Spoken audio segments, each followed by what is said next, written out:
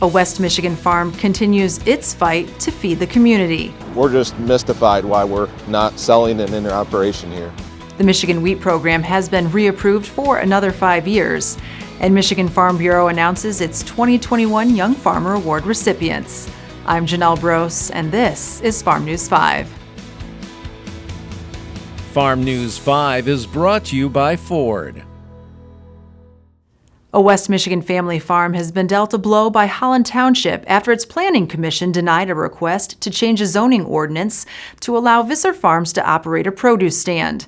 The Visser family opened the stand shortly after the COVID-19 pandemic shut down the state last year in order to serve the community with fresh, healthy fruits and vegetables and keep their operation afloat. This location just kind of transpired with the whole pandemic. We started selling to-go boxes.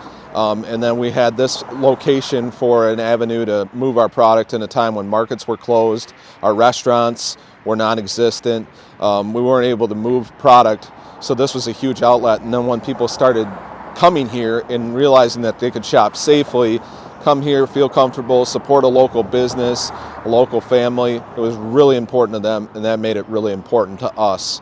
The township shut it down, though, because the stand was in a commercial district, not an agricultural district. Before we even able to bring new product here, we were closed. So we really don't know the full potential of what this location could bring.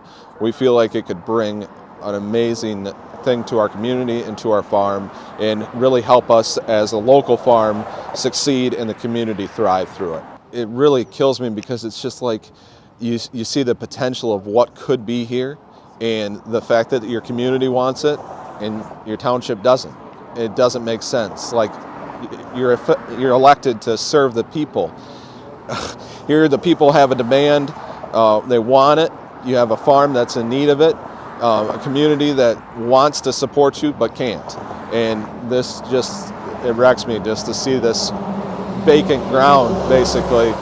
With its hopes hinging on the Planning Commission, Visser Farms has no other options but to leave its produce stand on Chicago Drive empty, despite overwhelming support from the community. My brothers and my dad, we're all dependent on this, so we're trying to make a living doing this, and this is essential to what we need to do. Coming up, the Michigan Wheat Program has been reapproved until 2026. There's torque. Then there's 1,050 pound-feet of available best-in-class torque. There's towing. Then there's up to 37,000 pounds of available best-in-class towing.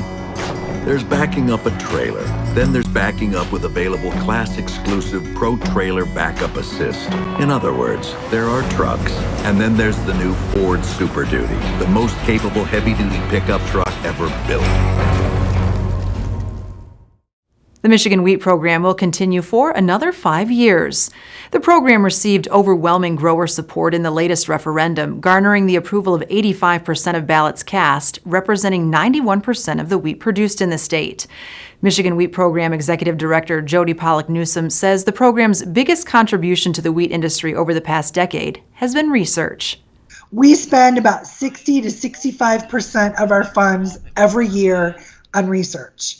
And when we were voted in, growers said, we need work done to look at these quality issues, and we need to increase yield. And what we're really trying to do is be like, this is what's going to work best under high management. So if you do high management, look at this. If you don't do high management, look at this opportunity. So it's not going to be everyone should plant this and do this.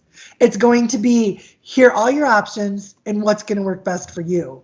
10 years later, Michigan wheat growers average 89 bushels an acre, well above the national average of just over 55 bushels an acre. I think 10 years later, you can start to see how it's all coming together, and we can see now we have a really strong base.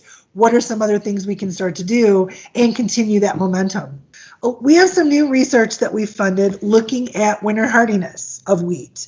And actually, it's with a researcher that does turf grass. And the question has been, what are some of the things that they do to the turf grass to get it through in good shape over that winter? And are any of those things that we could turn around and apply to winter wheat? We also have a new project looking at nematodes.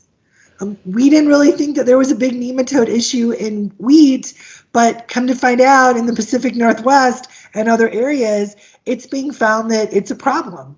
So we just funded a first year of that just to kind of do some sampling and some looking to say, is it a problem for us here in the state? And then if it is, how can we start moving ahead with that? Meanwhile, there's a lot of enthusiasm across the state about the 2021 crop. And so really all over the state, growers and ag business contacts went out, looked at the crop, and the results that we heard were that it looks like a great crop pretty much all over the state. We're definitely ahead of schedule from where we usually are at this point. Most folks have already been out with that nitrogen, herbicides are on or going on, and folks that have been out in the field say it looks great. Numbers I saw from those wheat watchers, basically it was like a 7 to a 10 on a scale of 1 to 10 when we looked at the crop. So I think we're all feeling really optimistic. Up next, Michigan Farm Bureau announces its Young Farmer Award recipients. At Farm Bureau Insurance, the experience you get with our local trusted advisors is different. From financial security to a helping hand, Farm Bureau understands the experience matters. Find an agent who can protect what matters to you. 4 young farmers have been recognized by Michigan Farm Bureau for their involvement in Michigan agriculture, leadership, and achievements in the industry. The 2021 Young Farmer Award recipients include Ashley Kennedy of Huron County, who won the Achievement Award, Lauren King of St. Joseph County, who took home the Excellence in Ag Award. Oakland County's Michael Genovese is the winner of the Agriculture Leader Award, and Sarah Reisinger of Midland County won the Agriculture Employee Award. This year, 63 young farmers between the ages of 18 and 35 entered the contests. The USDA has put the Farmers to Families Food Box program out to pasture. The program, started last year under the Trump administration, helped support farmers across the country and helped get farm fresh food to people in need. It also supported food banks overwhelmed by demand from families who lost jobs during the early months of the pandemic. It had its share of challenges too, including food waste, logistical issues, and high administrative costs. No immediate word from the USDA on what the program will be replaced with. For more news and videos, visit MichiganFarmNews.com or the Michigan Farm Bureau channel on YouTube. With Farm News 5, I'm Janelle Brose. Have a great week of farming.